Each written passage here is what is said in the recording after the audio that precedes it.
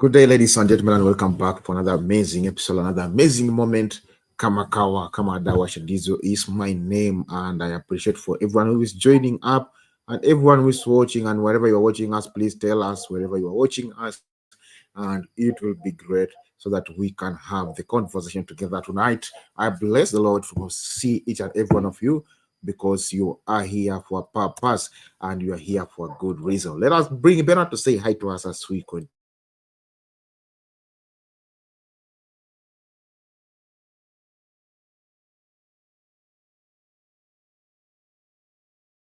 Sound Candy Talk Open Forum Political Discussion Show, the show that gives you an opportunity to air what you feel and think about the latest development on our political front. Well, today is all aftermath of the Raila Odinga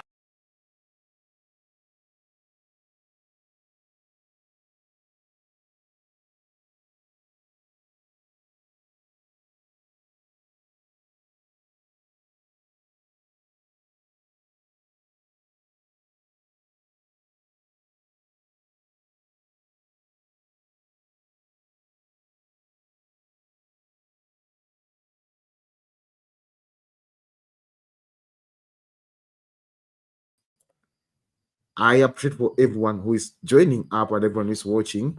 And I appreciate people in the comment section because they will be moving on with us and sharing the information. Please tell me if you are getting me, if my sound is okay, and also it will be good so that I can know if we are communicating or we are not yet communicating. Please tell me if my sound is okay. Yeah, somebody to confirm on the comment section if you're getting me, please.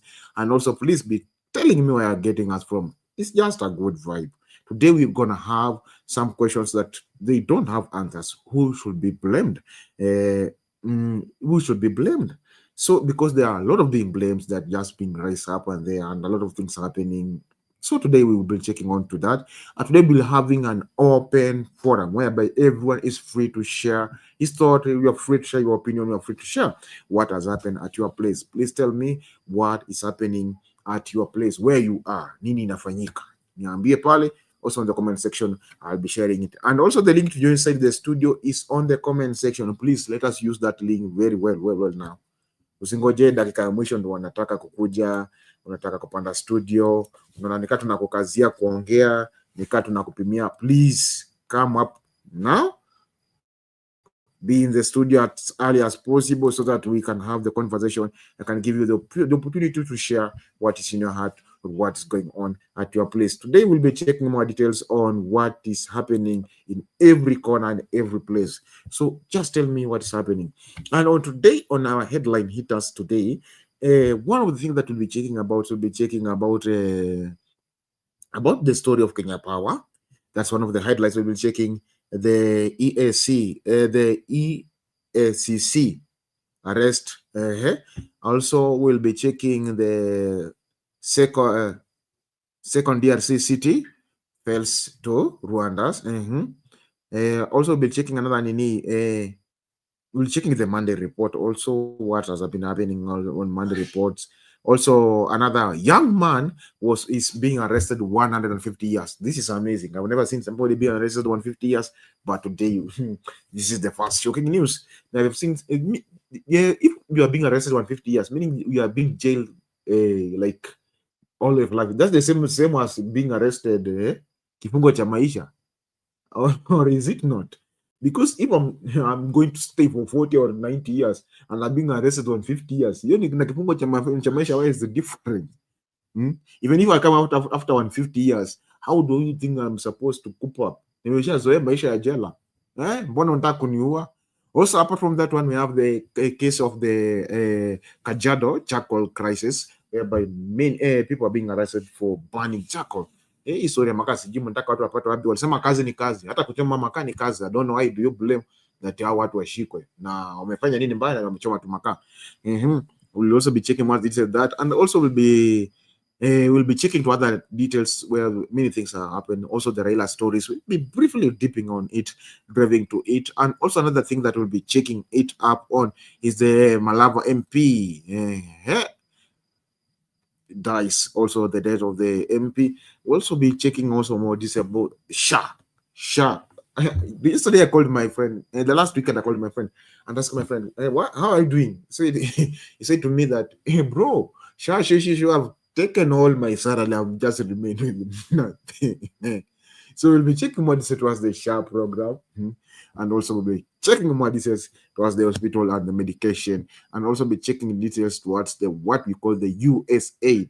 Also, that thing has been alarming so much. So we'll be having more details and having more conversation towards that, and also be having more fun. I'll be hosting the show, and also other people will be joining me up. So I welcome you all, people, with that humble heart and humble word and the vibe of our Gen Z and the vibe of everyone. Because this is Sote to Gen Zote, and Gen Zote, we are welcome and we are blessed to be here. So, tonight, first of all tonight we will begin from this point, whereby I will begin with the top 90 stories, whereby we will be checking Monday report, and the Monday report has a lot of things that has been compromises to it, but we'll be checking more details towards that also, so that we can know what's not happening or what's happening in Kenya, because everyone is free to share his or her thoughts. And the link to join the studio is on the comment section. Please let us utilize the link.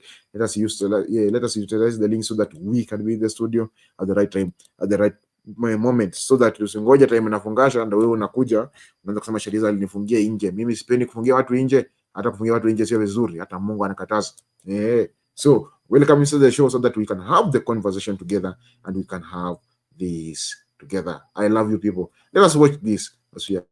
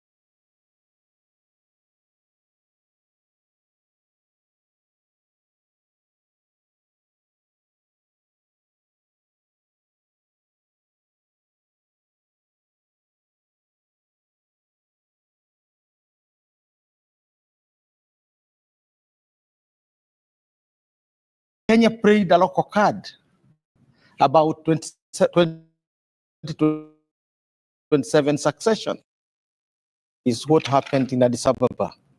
What happened in Addis Ababa was the result of mistakes that were made maybe months before.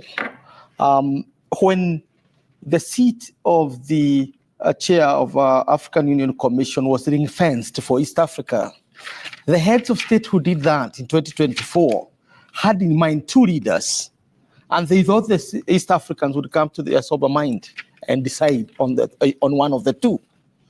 And the two had immense experience to deal the humongous problems that Africa has been facing. One is Jakaya Kikwete of Tanzania and his experience.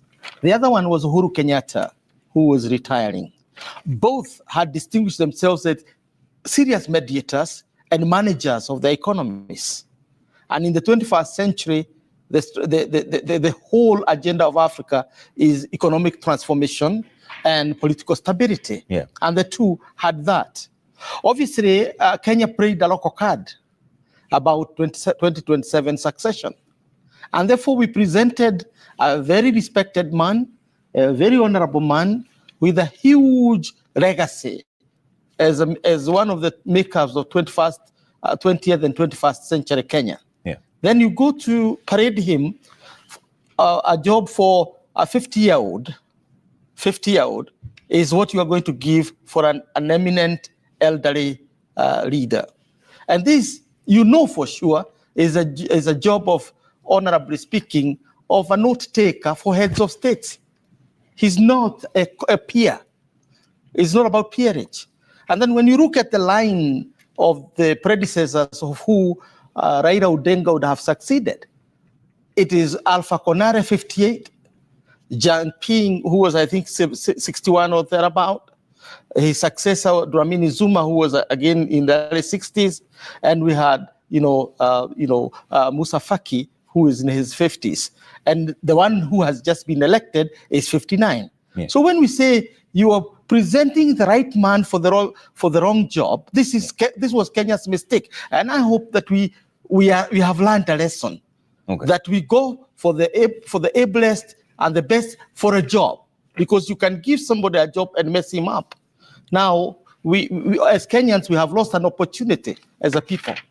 If you want to speak in monetary terms, we have already lost $186,000 per year, which is about 2.4 million per year. If we had given it to the right person, that's an income for the country. Those who like thinking economics. Okay.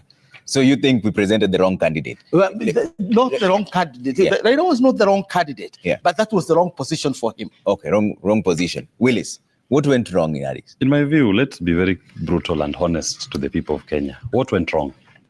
In terms of stature, in terms of standing, in terms of Pan-Africanism ideals, I think Raila was the best.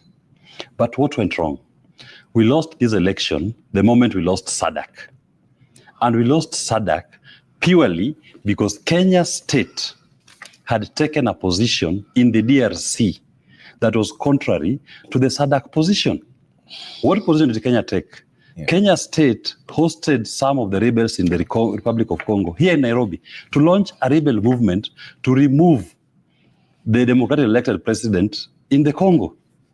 And on the day when the vote was being taken, that rebel group had taken over Bukavu airport. What was top of the mind of the African presidents who are voting? That Kenya is seen as a complicit participant in the conflict in the DRC. Okay. And the moment the vote was being cast without SADC and Kenya being seen as a hostile country, there was no way Raila Odinga, despite having the best credentials, could win it. And I say this, we must be very brutal and honest to the people of Kenya. We lost this election because of diplomatic gaffes by William Ruto, the person who must take ultimate political responsibility for the failure of the Kenyan state. I'm not even saying Raila Odinga. Raila did not lose. Kenya lost. It is William Ruto because of international posturing. Look at the summit that was held in Ukraine, in Italy, over the Ukraine issue. And William Ruto goes to Ukraine and takes a very strong stance against Russia. Unnecessarily.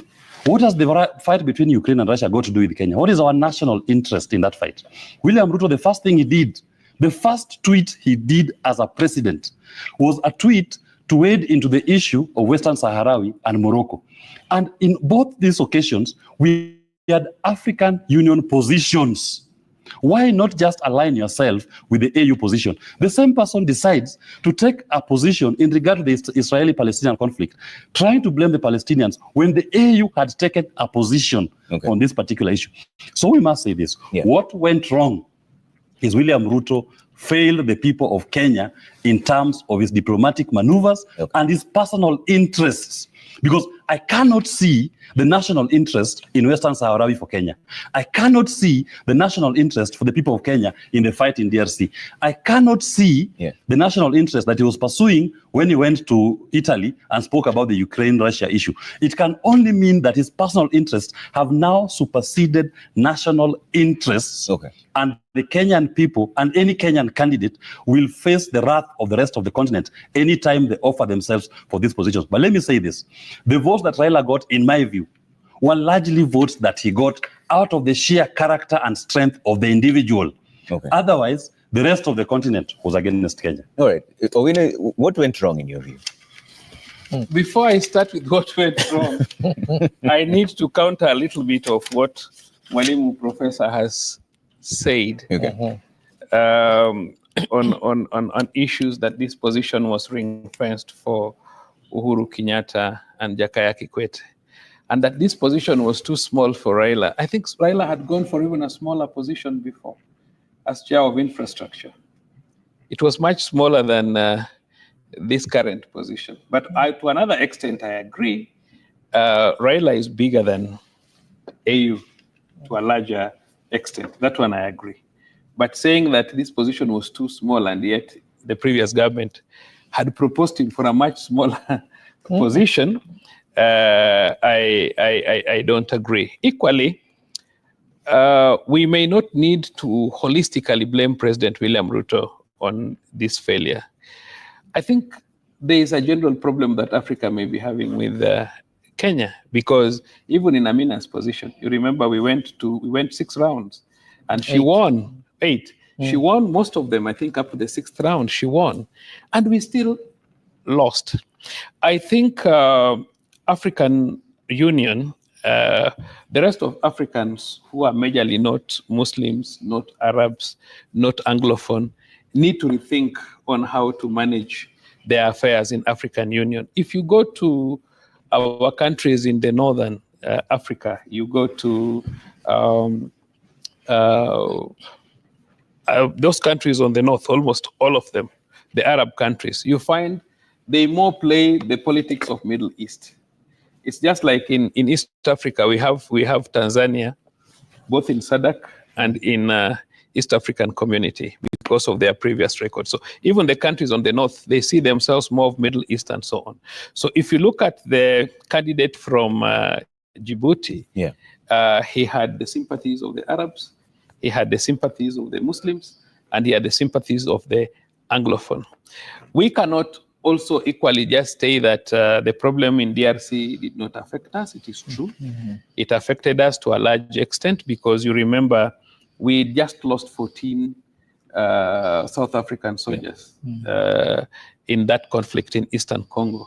And actually, up to yesterday, I think they were still carrying out the funerals. So basically, I don't think it's a Kenyan problem. It's generally a problem that surrounds our politics with majority of, because remember, almost seven Anglophone speaking countries did not even vote. I think we could even have lost it in the first round. Most of these countries that have been taken up by military did not vote. So I think what has majorly gone wrong is that there is a general thinking. Because when the lady from South Africa, Mrs. Zuma, took over, she took over from a very weak chairman. And it played well for them at that particular time because generally also SADC, they're about 16. And usually they vote. And if you look at the way that the vote was taken, the gentleman from Madagascar got 10. Raila got 20, and the guy from Djibouti got 18. Then the other guy came down to 7. Then Raila went to 22, and this guy went to 20. Then when this guy came back to 5 first. Then this gentleman went, Djibouti guy went to 23. Raila came back to 20. And this guy remained with 5. And then when we went to the next vote, now he shot to 26. We went to 22. And it almost became a stalemate. So we were either going to postpone the election, carry it forward, or Raila to concede defeat. But you see, it's a very expensive a very expensive affair. So he withdrew. Okay. Yeah, but basically there are several interests. You know, locally, we also have local interests. I think President William Ruto knows Raila's strength in the local politics, and therefore he had to ensure that Raila was on his side, and he had to get something for him to do. Okay, we'll come to that in just a bit. Gentlemen,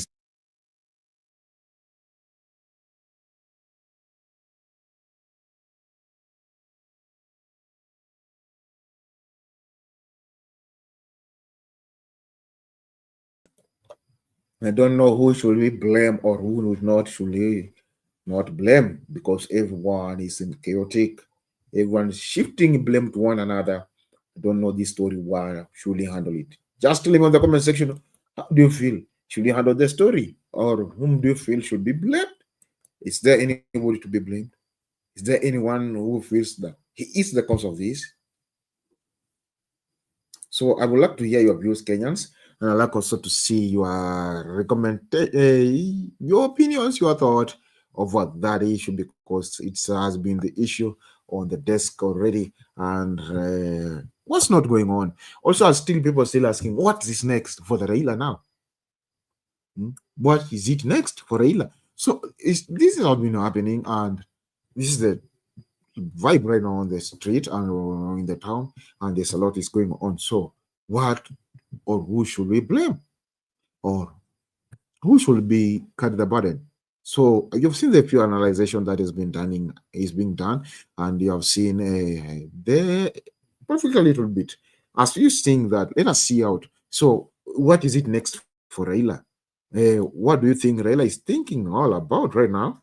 Or what do you think can be the next option for His Excellency Engineer Raila Amolo Odinga? What do you think will Raila do next? What do you think will Raila?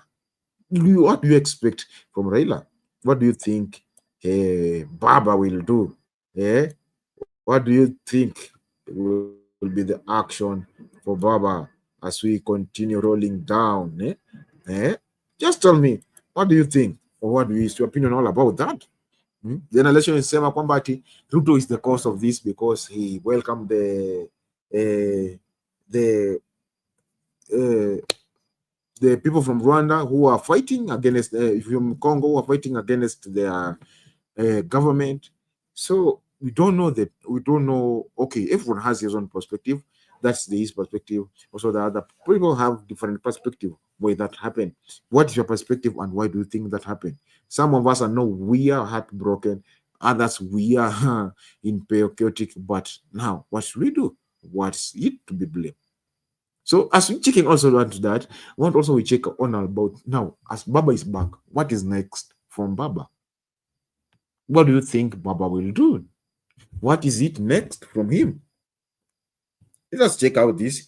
Then you'll give me also your opinions, because your opinions matters too. Kenyans, I love you so much. Your opinion matters too. Let us check out this. Shifts focus to his next political steps back home. As analysts weigh his potential moves, one of the most pressing questions is whether the political camaraderie between him and President William Ruto has reached its expiry point. Close associates of Odinga argue that he's a master of political reincarnation, capable of reinventing himself even in the face of adversity. Some leaders, such as former Deputy President Rigathi Gachagua, have also signaled an openness to closer ties with Odinga. So what are Raila Odinga's options moving forward? Melito Letenges interrogates. While his bid for the AUC chairmanship position has ended, questions are now being raised about Odinga's next political move at home. Critics argue that it might be time for him to retire, but his supporters insist that he still holds the power to be the kingmaker in the 2027 elections. Of course, it is not anticipated, not even in the slightest imagination, that the broad-based government is going to collapse forthwith because Raila Odinga has lost the contest at African Union Commission chairmanship contest. It is also obvious that it is highly likely that the 4 ODM cabinet secretaries will be most unwilling to vacate their positions merely because Raila Odinga desires so, now that he has lost the contest in Addis. Political allies close to Odinga have consistently maintained that he has a remarkable ability to reinvent himself and create new political narratives even after facing setbacks. The current political conversation is divided. Some argue that Odinga should run for president in 2027, while others believe he should align with President William Ruto to form a powerful alliance. President William Ruto must and is going to keep a very short leash on Raila Odinga. That short leash is going to be a costly leash, especially by the exchequer. And in terms of political strategy, Raila has to be maintained politically. Raila has to be kept nearly in the warmest corner of the kitchen for purposes of his peace of mind, but also the government's peace of mind.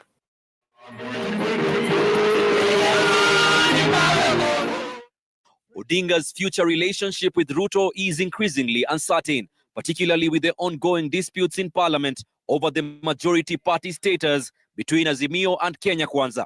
The Speaker of the National Assembly's firm stance adds further tension to the situation, and analysts say it could come back to bite him. What does Raila Odinga want then? Does he want a political bat that is neither a bird or an animal in the form of ODM, as it is right now? Or is he going to give it direction? What is good for him? When I talk about Raila Odinga and ODM getting into a coalition with Kenya Kwanza, it is going to be a strategic coalition kind of framework that will not be rushed just yet. If Odinga chooses to back President Ruto, analysts suggest he would likely negotiate for key positions for his allies in a broader, more inclusive government. Ruto has already shown goodwill by appointing Odinga's supporters to various government roles. However, this approach is not acceptable to a section of ODM leaders, leading to internal divisions. And these people who are running very fast to join the government. We had elections recently in 2022. Do you think these people are genuine with Baba? Do you think these people really wanted to deliver the presidency to Baba? Why are they running so fast? This is the right time that Baba should know those who are loyal to him and those who are not loyal to him. Because those who are not loyal to him will run so fast and join the government. Those who are loyal to him will be back, will stand back and wait for the instructions. While Odinga's political bastion in Nyanza has shown signs of warming to Ruto's visits and the possibility of shifting allegiance to his government, closer ties with Ruto is not guaranteed, as ODM party leaders have openly expressed the party's ambition. We're not escorting anybody. We can't get in between the term of Kenya Kwanza. We go around, we say we are escorting them to win the election in 2027. Our business is to get that power. Be it Baba is going to be the AU chairman or is not, ODM, we must capture power. Odinga's position within his own party is being tested, especially as new dynamics evolve in his relationship with Ruto. Meanwhile, political figures like Rigathi Gachagua have hinted at a charm offensive towards Odinga.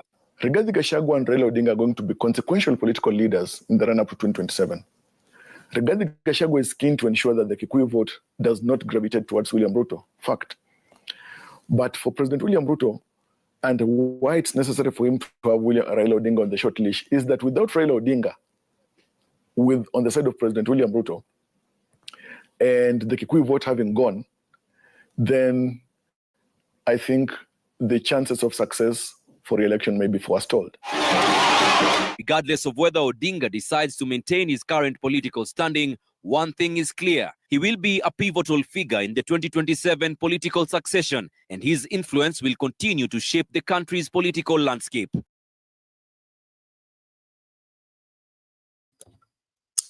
That's how things are on the ground. Please tell me, what is your opinion about that? What do you think Baba will do next? Will Baba vie for 2027 election? Naomba mniambie maoni yenu kama nyinyi mnaona aje, because this story is now getting hotter. Mambo yanachemuka. Nasemanga yanachemuka bila kifuniko. This sao kunaenda kuchemuka. This sao kuna vile kunavyochemuka. I urge you people, please just share your opinions. Let us check as we are moving on and as we are checking towards more just towards it, because guys, This is not something that we thought that it would be just something simple. It's hard decisions. Also, there are compromises with the different opinions from different people. But what we urge is let us be keen, let us be truthful, let's be faithful. Let us use our common sense this round, and it will be good and it will be great. As we also leave that, let us check other details of the things that have been happening throughout the day. As we are continuing up, let us check one of the things that has been going on all throughout the day is all about the story whereby which make me to come with one of the sub headline today, which is who is to be blamed. There's a lot of things that are happening, and we don't even know how to start or to handle them. Let me begin with this story of Kenya Power first. The Kenya Power also story has a breaking, amazing story that that is doing amazing. The story of electricity. Mimi nilikatiwa stima juzi, sina stima, sijalipa token because stima imekuwa expensive. Saa hii hakuna haja kutumia stima, tunatumia sola ama unatumia jua, na kama una jua nunua sigara. Kitambo sigara imalize kuwaka, umemaliza kupika, umeona pa kulala. If you're having a family now, you have trouble. If you're having a shower kwako. Let us watch this news as we continue. Hit another record high just days after reaching a new peak in January. The peak now stands at 2,316 megawatts against an availability capacity of 2,320 megawatts. Data from the Kenya Power's National Control Center shows that peak electricity demand has been steadily growing over the last 3 years, with the growth rate gaining momentum in 2024. Here's our reporter Jasmine Wamboy with the details. Kenyans just last Wednesday consumed the highest amount of electricity that they ever have, reaching a peak of 2,316 megawatts. The available capacity at the moment stands at just 2,320 megawatts. This is really to debunk the myth that at times so many Kenyans have been sold to, that there is too much power, excess power in Kenya. According to data from Kenya Power's National Control Center, the country is operating on a marginal spinning reserve well below the recommended 15%. You can never operate a grid at a level where what we call the reserve margin is almost not there. It can never happen. That is a very high risk that the grid is exposed to. In the last 6 months, the demand for electricity has jumped by over 116 megawatts. So just what is driving this high consumption of electricity in the country? The demand for power has basically gone up because of 2 or 3 reasons. Number one, we have increased connectivity in terms of last mile. In the last 6 months alone, we have metered 198,000 customers. Number two, we have completed some transmission lines and some substations. For example, Kimuka substation, Sultan Hamud Oloitoktok line, Awendo Isbania line, and so therefore those have also increased power demand, and more substations have been done by KPLC, improving the network. The rise in demand is expected to persist into the future as more customers are connected into the grid. The government is now hoping that Parliament will lift the moratorium on new power generation contracts to increase electricity generation as consumption rises. The lead times that you would have in terms of when say a power plant is being installed or being constructed is almost 2 years. So the challenges of not lifting the moratorium now is going to be most felt, not right now, but possibly in a year or 2 years' time. But if the situation persists of moratorium and the lack of increasing generation, then a point is going to reach in this country where we have to bring more thermal generation because they are easy to install within a short period of time. But in the meantime, the government is working on a number of short-term strategies. We should be able to fast-track the battery energy storage, 100 megawatts by KenGen. That is going to help us mitigate the shortfall. We also anticipate to accelerate the completion of 70 megawatts from Menengai.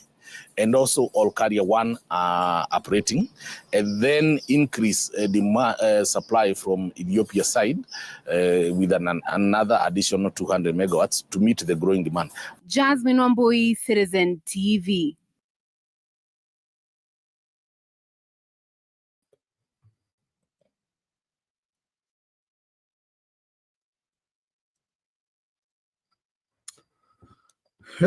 That's what is it with Kenya Power. Wataanza kuwakazia maisha. Sasa hii stima wataanza kupimiwa kama dawa ya mende, kunguni na viroboto, hata panya. Wataanza kupimiwa zote hivyo kwa sababu watasema bili ya stima inaenda juu, wanahitaji kufanya mikakati ili waweze kuleta power savings, battery za kusave stima. Sasa sijui hiyo stima vile imeanza kwenda hivyo, kutakuwa na uwezo wa kuwa na stima Kenya kweli? Naomba mtusaidie na maoni yenu kwa comment section, nitakuwa nayasoma pia ambayo mtakuwa mmeyatuma. Niambie unaona aje, tunaendelea kuwa na stima kama tunaendelea kukosa stima kabisa? Tunaweza sema tuko na stima, kumbe Kenya tunaenda tukikosa stima kabisa. Fika wakati tukute hata tuna hiyo stima yenyewe yote ile tunasema hata tunayo ya kumulikia. Sasa tunazidi kujitahidi ili tuweze kuona Kenya linasonga mbele na tunavyosonga vizuri. Tukiachana na hayo mengine ambayo yamejiri leo hii, ni masuala ambayo ya kusiweza kusikitisha sana, na leo nataka tuangalie sana ili suala la ukataji wa uchomaji wa makaa. Hii suala la uchomaji wa makaa limeleta kizaazaa kiasi, lakini tunadhani litashughulikiwa. Manake kuna watu ambao wameshikwa kwa minajili ya ama kwa madai ya kukata makaa ama kukata miti na kwa kuchoma mkaa. Hebu tazame kisha tuweze kujua ni yapi ambayo yamewakumba wale wakataji wa makaa. Power operation. Tonight, Citizen TV can report that high-ranking government officials are involved in the syndicate, facilitating it by turning a blind eye to the illegal activities. Our investigative team went undercover in a conservancy at the Kikesen River near Bisil within Kajiado County, documenting the destruction of indigenous trees, some of which take up to 80 years to grow. We observed the entire process of charcoal burning and tracked the transportation of charcoal along the Namanga-Nairobi road, evading 8 roadblocks before reaching consumers in Nairobi and its environs. Here now is an investigative report, Charcoal Cartels, with Ode Francis. Our journey took us to the Kikesen River Conservancy, where nearly 300 acres of land have been decimated by illegal charcoal burners. The smoke billowing from a forest is a clear indication of ongoing illegal activities.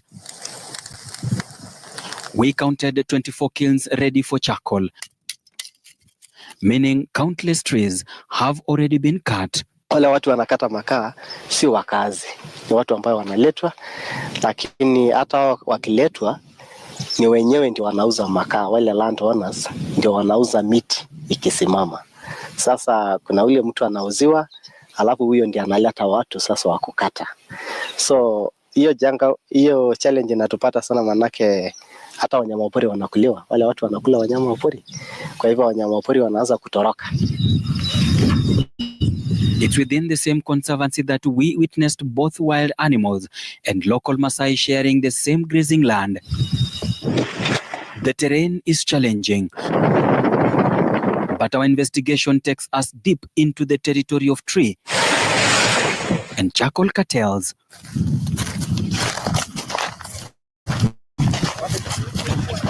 During our visit, we discovered suspects in temporary houses, stocked with food to sustain their illegal operations. When they got wind of our presence, they vanished from the scene.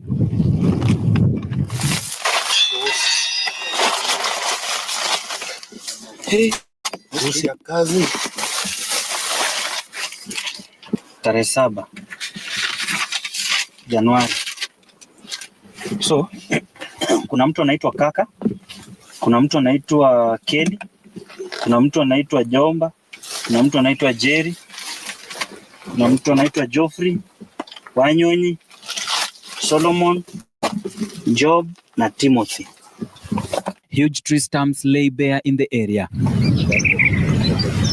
Mayan Lemayan, an environmentalist and resident of Kikesen Conservancy, shares his concerns. Since these activities started, the health of the locals who live here have been an issue, and also the health of, wildlife around here, livestock around here. I mean, every living thing that is around in this conservancy. So it has been a huge challenge, and also the people who might be conducting this activity, that is cutting down the trees, might also be a threat to the locals, security-wise. The syndicate involves high-ranking government officials. In our investigations, we found 2 record books detailing dates, food consumption, and payments to the members involved in the charcoal burning. Entries dates January 7th, 2025. In the book shows a plan to spend 54,000 shillings on payment to top-ranking officials in Kajiado County. November 2024. Hii ni ya chakula. A man named Geoffrey and Job were allocated 12,400 shillings, while county officials, specifically the DC, was allocated 45,000 shillings. Money and the records are linked to the charcoal syndicate. Locals say the activities of the cartels are extensive. Moses Kismir is the chairman of the Kikesen Conservancy. Vile naona ya administration yote wako ndani. Kwanza machifu, unakuta assistant chief hapo wa eneo hiyo, unakuta watu wa Kenya Forest wako ndani. So unakuta hiyo line yote wako ndani. Manake ingesimamishwa kitambo kama si kitu ambayo watu wa serikali hawako. The charcoal is ready after successful preparation and meticulously packed in sacks, awaiting transportation. We trailed the charcoal transport route at night to destinations like Isinya, Kitengela, Kiserian, and Nairobi. We discovered the charcoal is transported in a tightly tinted Nissan Matatus and Probox together with motorcycles, operating strictly at night and during the day for those who have been in the business for long. We followed them from the forest 40 kilometers to Bisil Center, where the main charcoal depots are located. Our trail took us to the main depot owners in Bisil, who receive the consignment before they are distributed to other locations. We trailed a van leaving the Bisil depot, passing 8 roadblocks set at night along the Bisil-Isinya road. We documented all 8 roadblocks where officers were seen receiving something from the van. In the morning, we encountered a lorry full of charcoal. 3 men are seen packing the product into sacks. Just meters from the Isinya Way Bridge, manned by police officers. Upon realizing our presence, one officer spoke to the charcoal lorry workers and left to avoid detection. The following day, our whistleblower informs us of a multi-agency team led by County Commissioner, Kenya Wildlife Service, Kenya Forest Service, Administration Police, local administration and village elders, laying an ambush operation at Kikesen Conservancy. A suspect led us to their operation site. Mimi tangu nianze hii kazi sijawahi kulipwa ati mapatano ya kibarua. Ukisha kata kama ni gunia 50 itakuwa yako 50, itakuwa yako 25 na tajiri 25. Kwa hivyo tukirudi kwa mahesabu juu ya nanunua chakula kunisimamia kwa hiyo kazi, maziwa na maji, atakuja kukaa chini kama nimekula kama 10,000 tayari mimi nitarudisha 5 kwake. Yeye ana 5 mimi na 5. Kukata makaa mingi nimeshakata gunia 60 70. Nikikata kidogo tuseme 50. Na mimi naona tu inanipatia faida kidogo, lakini inisaidie kwa maisha hata sana. Tuseme naweza pata kama 20,000 ama 10 hivi, 15 baada ya miezi kama 4 ama 5 hivi. Hatuwezi lazimisha kukata, ni wao wanapeana ruhusa tukate. Several suspects including a landowner are arrested. Lakini si wewe kwa jiko, wewe kama kataji. Hata wacha hii kitu hapa. Kile kachizi mali na kata. Twende. Ile mali ni wewe ile na kata. Wewe mwenyewe kupita kando. The prepared kilns are immediately destroyed. Huyu mama si mwenye shamba, in short. Kidogo nimekuja, unajua interview naelewa. Asijishike kwa kitu ambayo haihusiki. Mwenye shamba haiko. Hata ni ndio maana nilikuja. Mwenye anakata hii makaa haiko huku. Kwa hiyo mama anaishi hapa. Kwa hivyo si mwenye huko. Yes, in short, mkubwa. Twende kwa sheria. Juu saa hii tuko mbele ya sheria. Heri tuseme sana ukweli. Kwa sababu usifanye hata mimi yani nisahau kuwa kuna watu hapa. Mimi nimeajiriwa kwa hii shamba.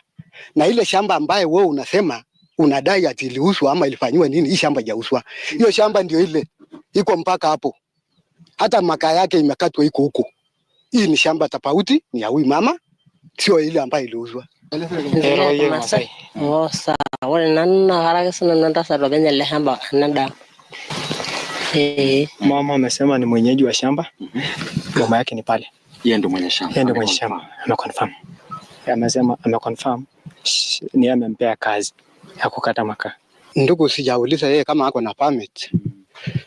Juu hakuna haja hata tuende maneno mengi. Tunajua tu kawaida kazi ya miti ni kinyume ya sheria. Galao sasa mwananchi anaiba kwa serikali.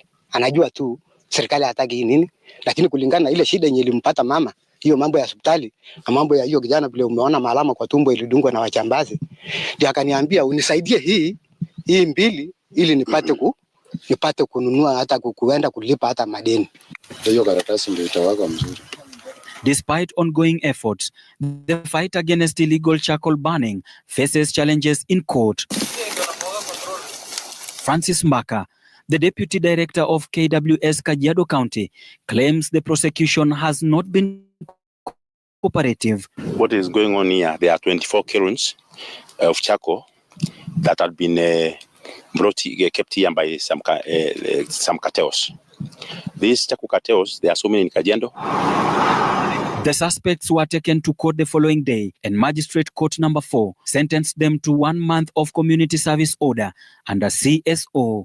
The challenge is that all of them are not locals and could run away, making CSO ineffective. On 5th of this month, we arrested people who are burning charcoal here. And when we took them now to the police and drafted charges, of course, they were released because the prosecutor could not charge them. He demanded us to produce the owner of the farms. Most of these farms here, they are owned by group ranches and also the conservancies. And we really need the support of the prosecutor. Our investigation into the illegal charcoal trade reveals a shockingly lucrative operation. During our filming, we documented 24 kilns of charcoal ready prepared on site. Each kiln, after successful preparation, produces 20 sacks of charcoal, which one sack selling for 4,500 shillings. In the market, this means each kiln generates 90,000 shillings. Na wale watu wanachoma miti, na mimi wanachoma makaa. Their message is tutawashika because we already have the list. Hata ukipotea leo, hautapotea kila mahali. Si mwenye shamba tunajua. Hii mwenye shamba yeye ndiye amepeana miti ikatwe. So is the biggest suspect kwa hii mambo ya mikaa. Because najua amechukua pesa. Akasema mwende mkate mikaa. So mwenye shamba na wale wanafanya biashara ya makaa na wale wanakata wafanyikazi wote wako ndani. With 24 kilns documented, this translates to 480 sacks of charcoal, which would produce a staggering 2.16 million shillings if successfully transported to Nairobi and its environs. Despite the scale of this illegal operation, court action tells a different story. After arrests are made, suspects are often released on a fine of 12,000 shillings or 15,000 or face a mere 6 weeks of imprisonment. The only support we require is that from the prosecutor and also especially also that number 4 court. because we have lost several cases from that court. We need their support, because if they say that we must arrest the landowners, don't arrest the person who is cutting, definitely. And the landowners, some of them are all over the country. They are away from here. Some are in Nairobi. It is difficult. No one is allowed to cut trees. According to the government, the laws on illegal charcoal burning and tree cutting in Kenya are stringent, aiming to curb deforestation and promote sustainable forest management. Under the Forest Conservation and Management Act of 2026, illegal production and possession of charcoal in national, county or provisional forest without a license is punishable by a fine up to 50,000 shillings, imprisonment for up to 6 months or both. This light sentencing starkly contrasts the immense profit generated by the syndicate, highlighting a significant challenge in curbing this illicit trade. The government is now promoting planting of 15 billion trees. How would we plant trees and we have 24 kilns here? This area already they have signed agreements for the carbon, and it is these trees that now they are depending on this carbon. So what are they selling if they are cutting? Amidst these activities, the local community has entered into a contract on carbon credits. This groundbreaking agreement has already made a significant impact, ensuring that all school-going children have their fees paid through bursaries. Wanisaidie tu hata kama watanifunga. Wakiniachilia wanisaidie transport. Mimi naenda nyumbani. Lakini ukifika nyumbani na hakuna tena chakula, sitarudi hapa. Taenda kuvumilia hata kama ni maji nikunywe nilale. Sababu sasa kama nitafanya hivi, sitakuwa nateseka tu. Sikupenda kwangu. Kama ningelikuwa na mama, ningelijua, lakini sasa sina. Wengine wetu hatuna mama bro. Mbona unaekelea mama? Nashindwa hata nyumbani kwenyewe. Nilikuwa najaribu maisha na mke wangu ikashindikana, nikatoka. Jo, nilikuwa najaribu kuchemusha ipombe pate riziki, ikawa haikufaulu. Ikawa tena bado ni hii tu inasumbuliwa hivi. Nikajaribu sasa kutafuta kazi nyingine, nikawa nimekosa. Now behind me is not a volcanic eruption of a mountain, but it is a kiln of charcoal. There are 24 of them, like this one, in this area. This is Kikesen River Conservancy, the main corridor that ferries wild animals all the way from Amboseli, this corridor to Magadi. Now, if this area becomes extinct, this means that all the animals will use an alternative route.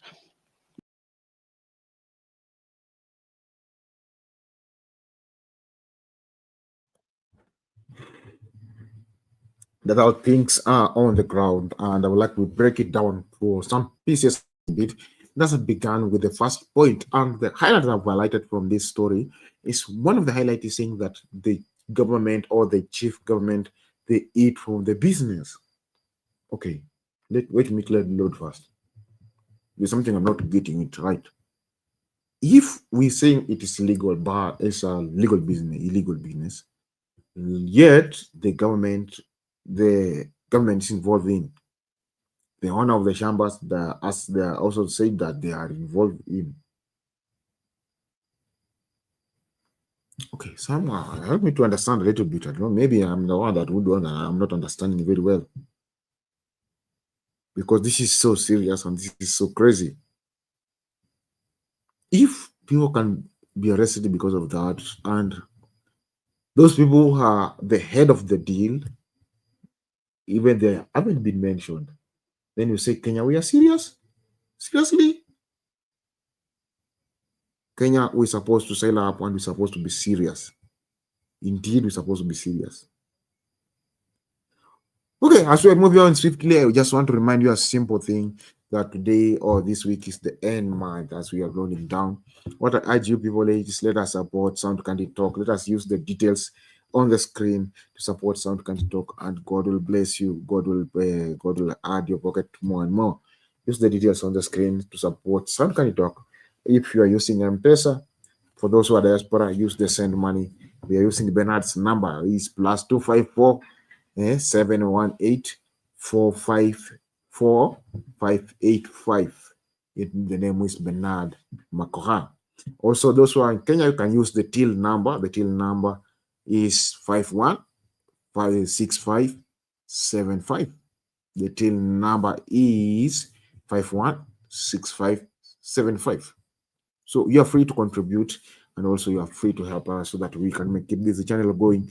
You can keep the channel running up, and you can keep the channel moving on. So I urge you people, welcome on board. Let us help so that Brenna do not stick to pay the bill. We are watching many people. We are a lot of us who are watching. Tomorrow you want also me to be here. You also want me to stay here. So you want also to help pay the token, the electricity, and everything. So let us style up for that, and let us try so that we can push and we can make things work in a good manner, because we are here to stay. We are not here to live, and we are here to make Kenya a better place. So if you want to make Kenya a better place, please let's use the scrolling details on the screen to do Kenya, or to make Kenya a better place as we are moving on swiftly and as we are going on and on, because this is good. I welcome you all people who are joining up the show. Just join up the show. Don't wait until the last minute so that you can come rushing up. Wengine najua mmekoseka juu ya baba, but let us join up. Just stand up and let us keep up the momentum for the show. As we are leaving that, let us go on and on. And also today I'll say that I'll be breaking up many things. There is this young man who has been arrested 105 years. This is so serious. Oh, if I'm living 40 years, meaning the rest of the part of the life, I'm being arrested. Wani umekufa lakini bado uko na kifungo mpaka 150 years ishe. Huyo jaji yako kwa na msamaha. Let us check out this and then so know what the man did mistake, and uniambie kama kweli ako na haki ya kufungwa hiyo miaka 150.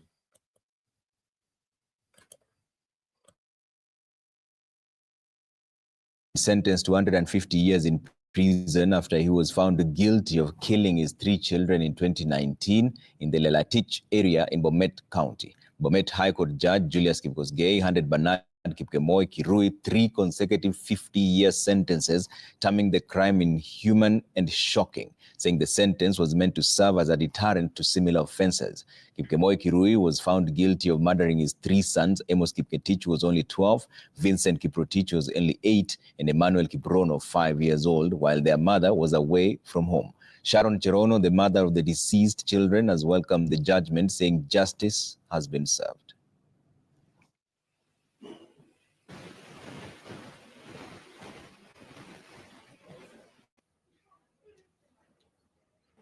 Kotini nimeshukuru sana hayo maneno ya Aiman.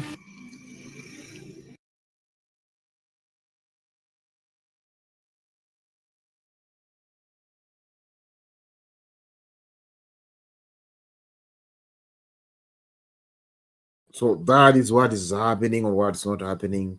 And I urge you people, let us come, let's have the conversation as we are winding up the show, because the time is so much fast. But I see Lala is here. Thank you, Lala. Welcome. And I hope we are moving on well. We are moving on swiftly. I see Talia on the comment section saying hi. Hey, hello everyone. Thank you, Talia. I see just fat.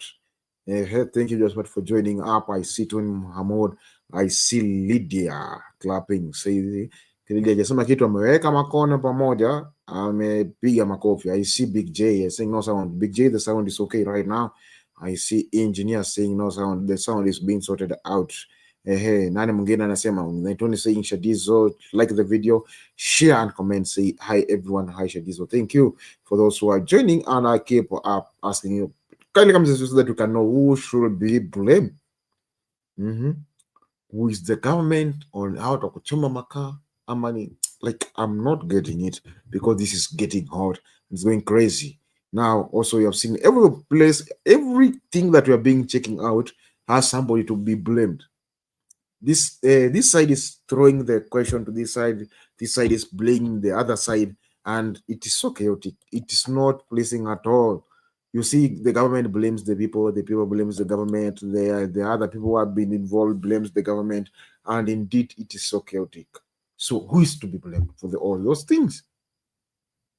The story of Shah, also a chaotic. This story, the incident of Baba, also chaotic. saying that Ruto is the cause of it. Ruto is the cause of it because he invited the rebellions to come in Kenya discussing how they can impeach the government from the DRC. It's going crazy. It's going hot. Let me listen to Lala as we are rolling down. Lala, how are you?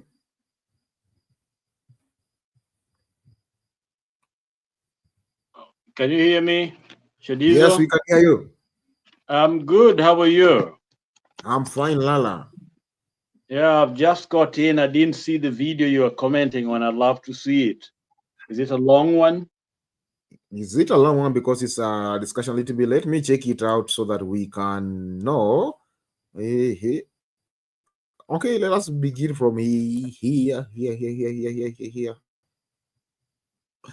It's good to hear There's some Tanya. people blaming that blaming Ruto is the cause of the problem, the cause of the issue, or on the story of Baba failing from the AU because he welcomed the Nini inside Kenya, and then so let us watch this and then you will know what's going on. And let's get some quick reactions from my guest already in studio, Professor Peter Kagwanja, Policy Advisor and Strategies and International Relations Expert, Willis Etieno, Deputy Party Leader, Safina, and Charles Owino, Head of the National Communications Center. Gentlemen, thank you for making time. Prof, I'll start with you for quick reactions on this. What went wrong in the AUC, especially when you start with the candidate, Raila Odinga? He was touted as the man, former experience as a former Prime Minister, former AU representative for infrastructure. What is it that the heads of state did not like about Raila Odinga? Now you're asking a question like what went wrong is what happened in Addis Ababa. What happened in Addis Ababa was the result of mistakes that were made maybe months before. When the seat of the chair of African Union Commission was ring-fenced for East Africa, the heads of state who did that in 2024 had in mind two leaders, and they thought the East Africans would come to their sober mind and decide on one of the two. And the two had immense experience to deal the humongous problems that Africa has been facing. One is Jakaya Kikwete of Tanzania and his experience. The other one was Uhuru Kenyatta, who was retiring. Both had distinguished themselves as serious mediators and managers of the economies. And in the 21st century, the whole agenda of Africa is economic transformation and political stability. Yeah. And the two had that. Obviously, Kenya played a local card about 2027 succession. And therefore, we presented a very respected man, a very honorable man with a huge legacy as one of the makers of 20th and 21st century Kenya. Yeah. Then you go to parade him a job for a 50-year-old is what you are going to give for an eminent elderly leader. And this, you know for sure, is a job of, honorably speaking, of a note taker for heads of states. He's not a peer. It's not about peerage. And then when you look at the line of the predecessors of who Raila Odinga would have succeeded, it is Alpha Konare, 58, John King, who was, I think, 61 or thereabout, his successor, Dlamini Zuma, who was again in the early 60s, and we had, Musa Faki, who is in his 50s, and the one who has just been elected is 59. Yeah. So when we say you are presenting the right man for the wrong job, this was Kenya's mistake, and I hope that we have learned a lesson. Okay. That we go for the ablest and the best for a job, because you can give somebody a job and mess him up. Now, we as Kenyans, we have lost an opportunity as a people. If you want to speak in monetary terms, yeah, we have already lost $186,000 per year, which is about 2.4 million per year. If we had given it to the right person, that's an income for the country. Those who like thinking economics. Okay. So you think we presented the wrong candidate? Well, not the wrong candidate. Yeah. Raila was not the wrong candidate, Yeah. but that was the wrong position for him. Okay, wrong position. Willis, what went wrong in Addis? In my view, let's be very brutal and honest to the people of Kenya. What went wrong? In terms of stature, in terms of standing, in terms of Pan-Africanism ideals, I think Raila was the best. But what went wrong? We lost this election the moment we lost SADC. And we lost SADC purely because Kenya state had taken a position in the DRC that was contrary to the SADC position. What position did Kenya take? Yeah. Kenya state hosted some of the rebels in the Republic of Congo, here in Nairobi, to launch a rebel movement to remove the democratically elected president in the Congo. And on the day when the vote was being taken, that rebel group had taken over Bukavu airport. What was top of the mind of the African presidents who are voting? That Kenya is seen as a complicit participant in the conflict in the DRC. Okay. And the moment the vote was being cast without SADC and Kenya being seen as a hostile country, there was no way Raila Odinga, despite having the best credentials, could win it. And I say this, we must be very brutal and honest to the people of Kenya. We lost this election because of diplomatic gaffes by William Ruto. The person who must take ultimate political responsibility for the failure of the Kenyan state. I'm not even saying Raila Odinga. Raila did not lose. Kenya lost. It is William Ruto because of international posturing. Look at the summit that was held in Ukraine, or in Italy, over the Ukraine issue. And William Ruto goes to Ukraine and takes a very strong stance against Russia. Unnecessarily. What has the fight between Ukraine?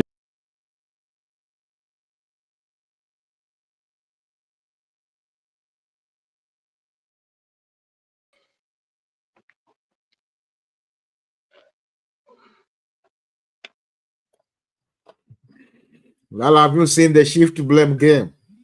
Yeah, Shadizo, I don't know who is in the background there, but I had a position, but from a different perspective. If you have read it, I think you have.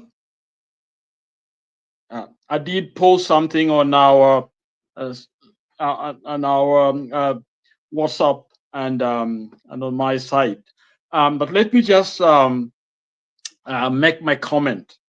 I think Kagwanja, who is quite knowledgeable, very keen person when it comes to international affairs, I think I'm shocked to hear, what he's stating as the reason why Raila was rejected. Basically, he's telling us it's his age, which I've heard from people like Lumumba, and I disagree with them because I don't think they are intellectually honest. Let's look at Ruto when he came into power. Ruto came with the word I love to use called kimbelembele. He hit the road running with the idea that he was smarter than all of them in the room, okay? His foreign policy was based upon what I would term himself. In other words, he didn't want to work with people. He didn't sit back to kind of watch the scene and develop a more coherent foreign policy. So from day one, we saw his decisions. He would not join the African leaders, those presidents themselves. He started criticizing them for being paraded in Russia and all that, and then he goes behind their back to make deals.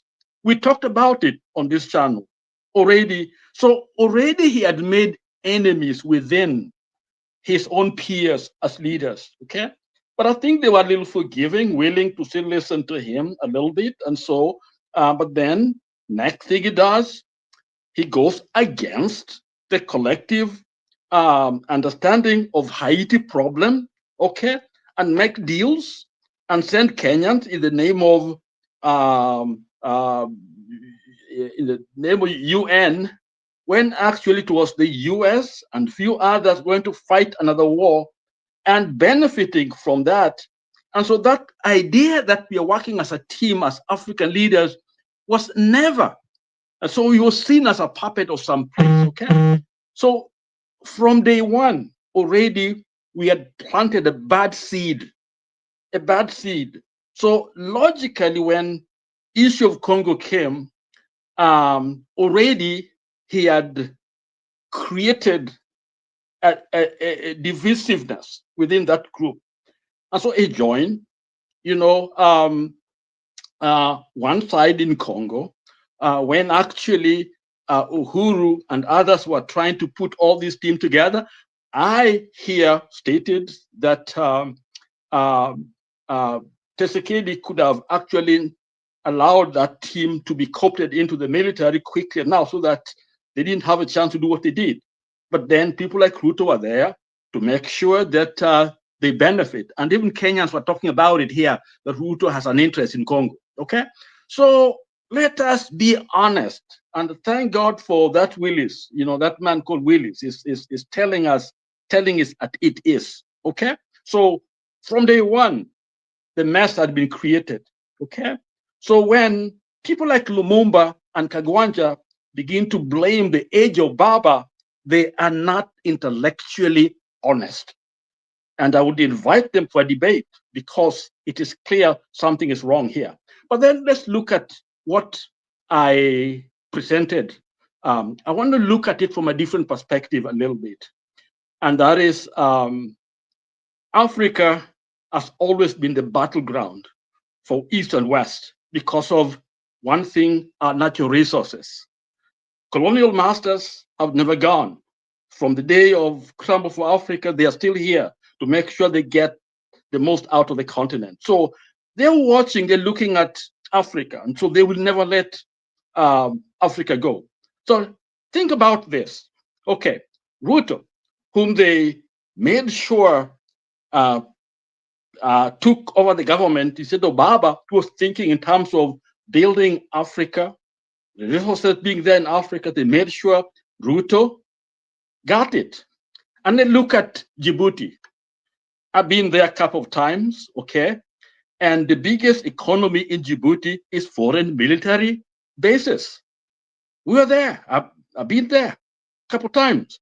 That's the biggest, that's where they get the money, that's that country. So therefore, Djibouti itself basically is, I would call it, probably has a foreign master. So even now that we have the new chair, the question is going to be, where is his loyalty?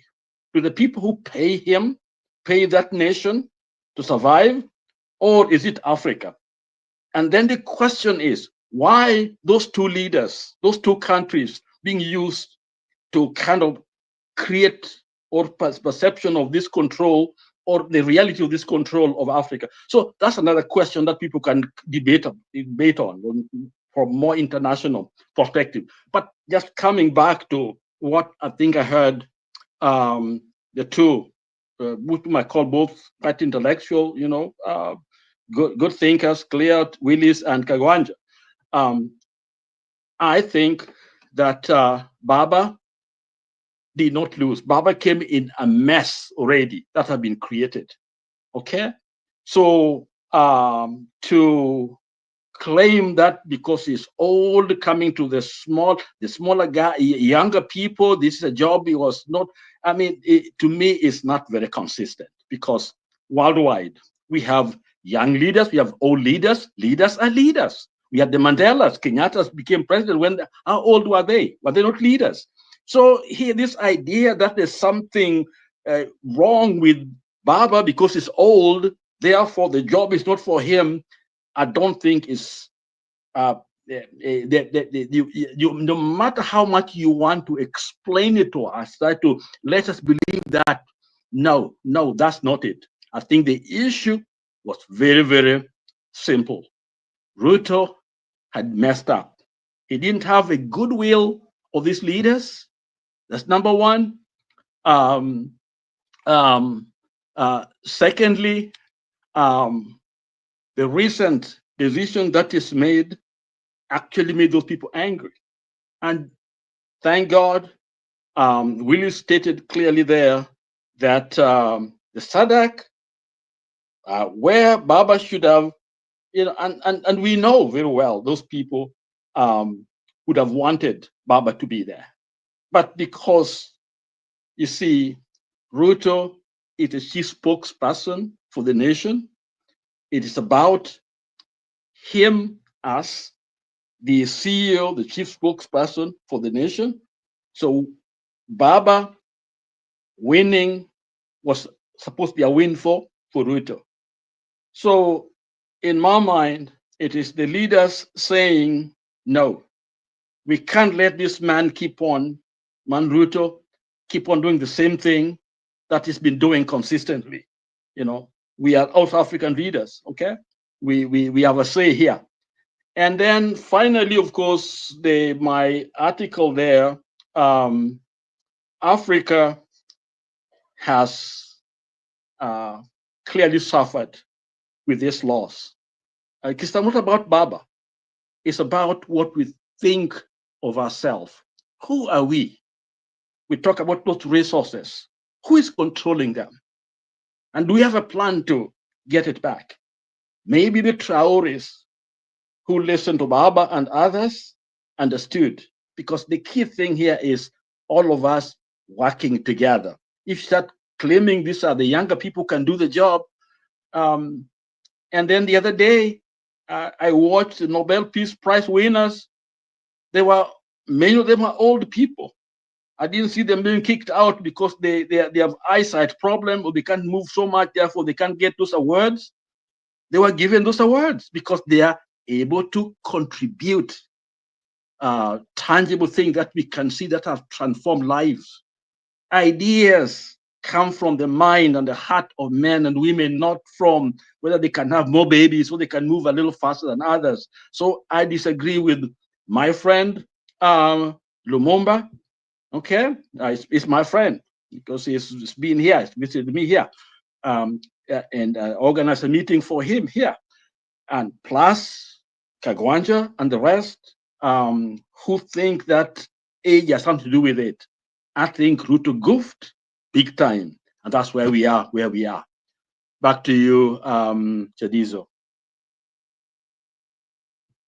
Thank you, Lala, for that submission. It is great. I urge you people, let us continue joining up. Let's continue moving up, moving on with the conversation as we are still loading up. Lala, I also want to check this so that we can have the conversation towards the story of Sha. With the source, the U.S. funding freeze has thrown the Kenya health sector into a spin, with the source of funds for key programs amounting to nearly 25 billion shillings now at risk.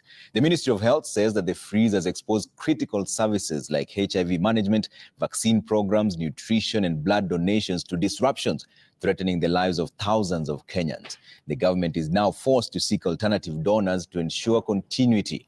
Brenda Wanga details the government's plans to retain a section of healthcare workforce previously funded by the USA government. Extent of the impact left in the health sector in Kenya following the freeze of funding by the USA government has today been laid bare by the Ministry of Health. As we said, for commodities, 24.9 is by US government, 79.8 to Kenya, and 79.8 health commodity need. That is 24.9 out of the 79.8 commodity need. The recent stoppage of work order by the United States government has exposed our over-reliance on external donor funding for key health programs. Our objective as government is to make sure that no decision that is made by our development partners affects the quality of healthcare we provide to the people of Kenya. So we are making all necessary contingency decisions and arrangements to ensure there will be no disruption. Kenya has looked to the USA to run key health projects over the years. Those funds are now no longer a guarantee. Aside from the key HIV and AIDS, malaria and TB interventions, the US funds have also been critical in the provision of human resources for health to the tune of 5.8 billion shillings per year, provision of oxygen, laboratory, cervical cancer and COVID-19 issues for 3.7 billion shillings, the distribution of commodities at 2.2 billion shillings, data systems 139 million shillings, blood and blood products 2.7 billion shillings, family planning services at 598 million shillings, nutrition services at 2.88 billion shillings. At the same time, the government will need to immediately disburse some 2 billion shillings in addition to 2.5 billion shillings for Gavi vaccines to ensure compliance. Actually coming to 30.922 billion that we require for seamless transition. About 11,000 healthcare workers who are financed by the US government across the country have been affected, threatening service continuity in both public and private facilities. The funding freeze is also set to further endanger the lives of Kenyans at risk of infection from HIV/AIDS, as well as an increase in the TB mortality rates in the country. And we are at risk of having 58,495 new infections by 2030 if donor funding is reduced. For TB, we are likely to have 23,500 TB annual mortalities, among them being 20,000 people living with HIV. The government's acknowledgement of the adverse impact of the freeze comes as the impact of the same continues to manifest, especially in the non-governmental health sector, with over 150 clinics already shut down and hundreds of healthcare workers rendered jobless. The government, however, says it is also exploring other funding avenues, including engaging other donors, as well as allocating more funds sourced locally to ensure that health services are not adversely affected by the USA orders.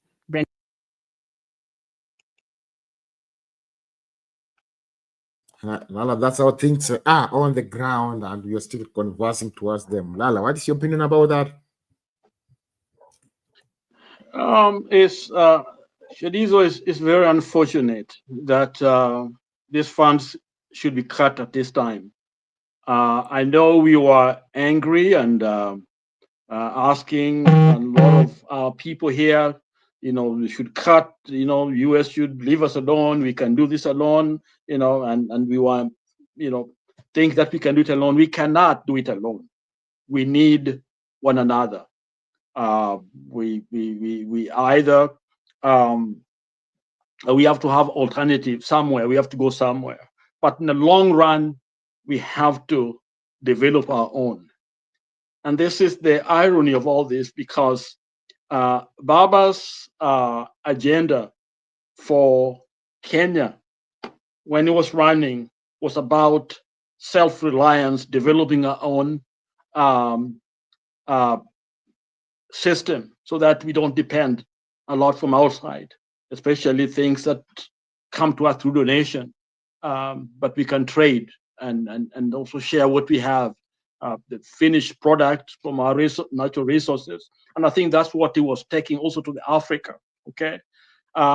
Basically, his prescription was to basically address the issue that we are faced with right now, where a country can simply cut off, and that's the end of it. And this is the other question that I have for us. Let's look at now the new chair of AU is from Djibouti, and as I mentioned to you, majority of the foreign currency come from the bases. They have about 10 military bases there. The US is the largest, and France, those are the two with the largest military presence there. They basically control that land. So when we talk of a leader so-called for AU coming from Djibouti, the question is, who is in charge here? Okay? And that's not, I'm just picking on Djibouti, but I'm just talking about the symptom of a bigger problem that Africa has. Okay? Djibouti is just the an example that now has been highlighted as a place where we don't know whether it's part of Africa or it's part of the US or France. because they are the ones that pay the bill for that small country. Okay, they don't have anything apart from those bases. When you go there, it's a desert, and you get to the bases, and that's all you see. Okay, so we are in trouble in Africa, and so when we our health services is at a critical juncture, we turn to someone outside of because we are busy fighting, doing nasty politics and stealing from each other, while our health is, um, getting health systems breaking down, and we are not growing them. We are not putting money in research and in developing, new technologies that can help us. We got a brain because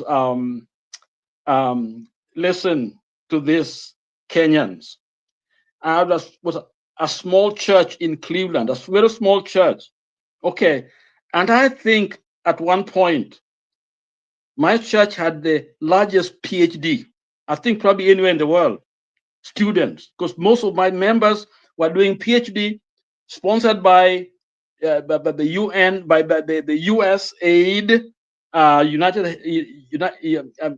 the NIH, which is National Institute of Health. Okay, working with universities here. Makerere was one of the major, collaborator in this program. Some other, Kenyatta a little bit, but mainly Uganda.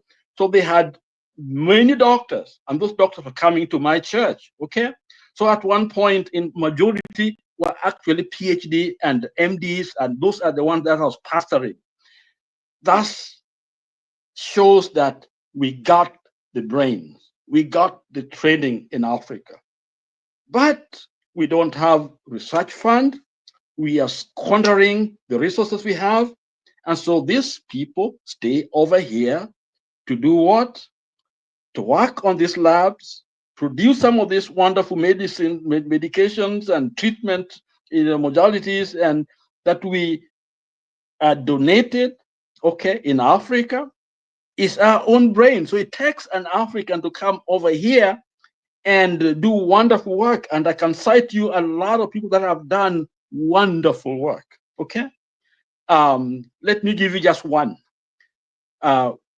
We have Philippa Busoke, okay, a Ugandan doctor, one of the contributors of when HIV was killing people. She was one of the people who worked on the idea that actually a mother to HIV people can have a baby without, the baby is actually free from HIV, and that's saved.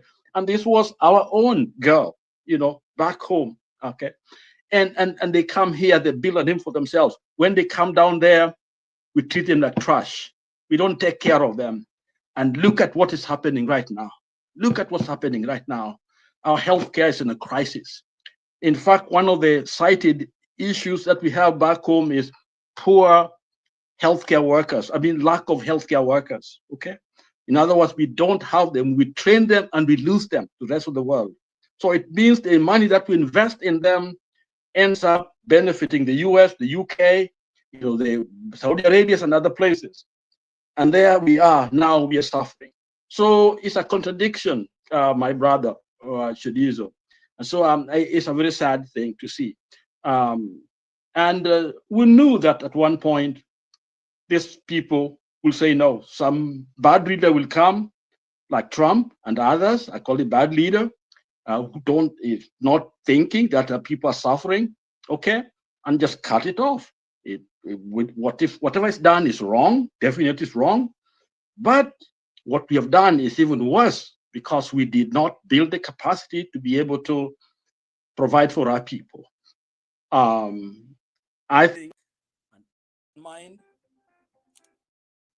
an African, let's talk about our history. We were forward-looking. Africans prepared for the eventualities. We were able to have granaries looking forward to next year. We don't have a lot of sophistication that we have in our time, but we are thinking ahead, okay? So we had enough, okay? But we have leadership now that don't think about tomorrow. They're looking forward to getting aid from another place tomorrow instead of working hard, creating structures and systems and ideas put to use to build a capacity for us to take care of our people. We are not doing that. And all we do is politics. And sadly, our institutions don't produce great minds anymore because we don't reward them. So for them to do better, they get out. They come out over here to do great things. Back home, they are easy buying land, building things because they have to survive. And so academics and research and building for the future doesn't exist. They go out, get stuff in China, they buy cars and all that, and that's what it is. Education means making money. When it should not be that. It should be about the future of the African family, the future of a country called Kenya. Look at what Trump has done.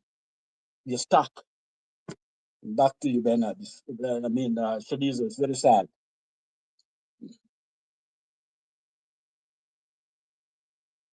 Unasikia? Okay. Hiyo ndio vile naona, it's just a sad case. Okay.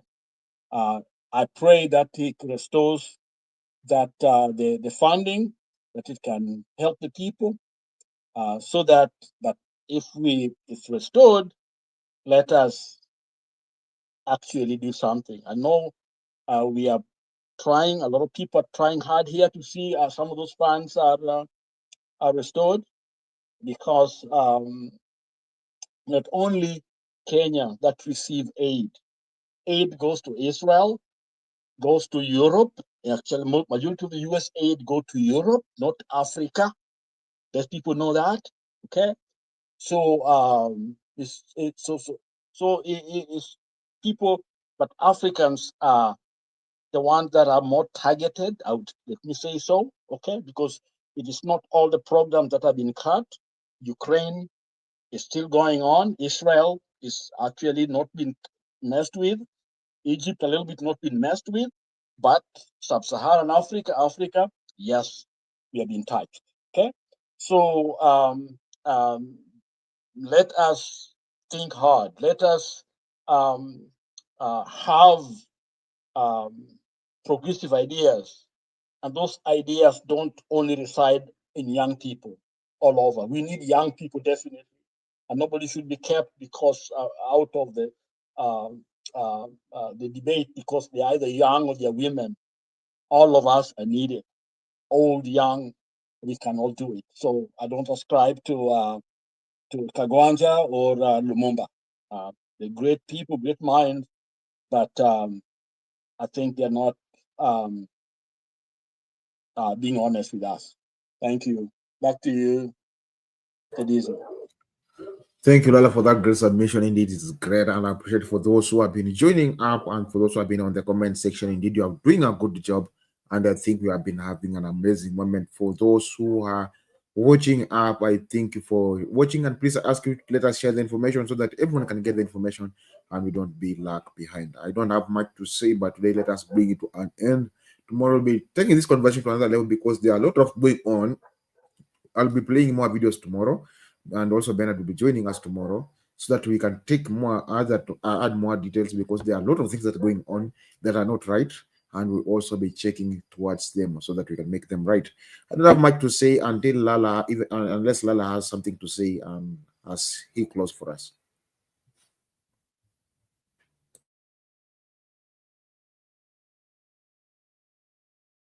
Unmute, Lala. Yes, Sadizo and everyone else. I think we must stay hopeful, and we must work hard, because God, who loves us, has not forgotten Kenya. has not forgotten Africa. It is usually when it is darkest, that's when the light begin to shine. Okay, why am I saying that? In 1913, okay, I'll be with you 1 second. In 1913, you know what? An emergency coming, so I can't be able to talk, can't share that part. But thank you very much, Jadizo. I gotta respond to it. Otherwise, thank you for the opportunity, and thank you all of you guys. You take care. I'll keep my thought and share it tomorrow. Okay, thank you, Lala, for that. And I know we are keeping on good and we're going on good. I appreciate for those who have been joining up and for those who have been making this to come to conclusion. I don't have much to say, but to bring it to an end until next time. I see public participation you are in, but today you came so much late. I don't know why, but let me bring you and say hi to us so that we can close. Public participation, how are you? I'm fine, Chadizo. Sorry, I was preoccupied. Ndio nimepata time sahi. Sasa we will give us, you just tell us bye-bye as we are going home. Okay, then bye-bye. Bye-bye. I needed you to speak on issue about the girls, but tomorrow we will begin from there, whereby there are a lot of girls being harassed. You see that kuna mwingine tena sijui amefanyiwa nini tena leo. Yesterday it was it's so sad. Unakuta like it's so sad, by the way. Very sad indeed. So we wanted to collaborate with it, but I'll sort it out so that we can have the conversation tomorrow on it. Mkuje mtetea haki yao. Leo kuna mtu amefungwa 150 years. There's somebody has been arrested for 150 years in jail. What did he do? He killed his 3 kids. Allah? You mean the gentleman who saying he came home and found his wife had killed the kids? Now it's the man, not the wife. The wife is the one who came home and found that the husband has killed all the kids. Oh, you know, just in the course of this last week, was it last week? There is a man who came home at around 4 a.m. and then he found his wife has hanged herself and their 3 children. So this one is another case now. This is another case also. My God, what is not happening? It's like kuna spirit mbaya which is roaming around. It's very demonic. Because that thing is being taken off. It's not even been 1 week. It's not been 1 week since that incident, which was, I think umeona hiyo incident. Did you see it? Hiyo yenye nakwambia of the man called Junior Wagedogoro.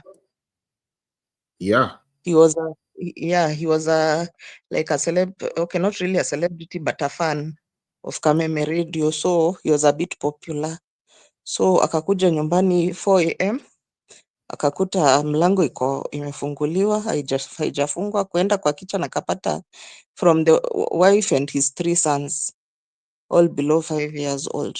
Wote bibi alikuwa amewahang na yeye akajihang, alafu akaandika suicide note ya 8 pages. So that's bad. how crazy. Tomorrow we'll be beginning from there so that we can know where the world is going on. It is so sad. What time are you starting nowadays? You know, I'm not sure about your timings as well. What time are you starting nowadays? Hiyo saa 5 tu. Oh, saa 5, okay. Saa 5:30 to saa 8, saa 9. Aya, sawa. I'll try to be on time. Okay, thank you, public participation. Okay, have a good night. Thank you. Thank you. I appreciate for those who are still coming up and appreciate people in the comment section. Indeed, you are doing great job and I appreciate for it. Until next time, bye-bye.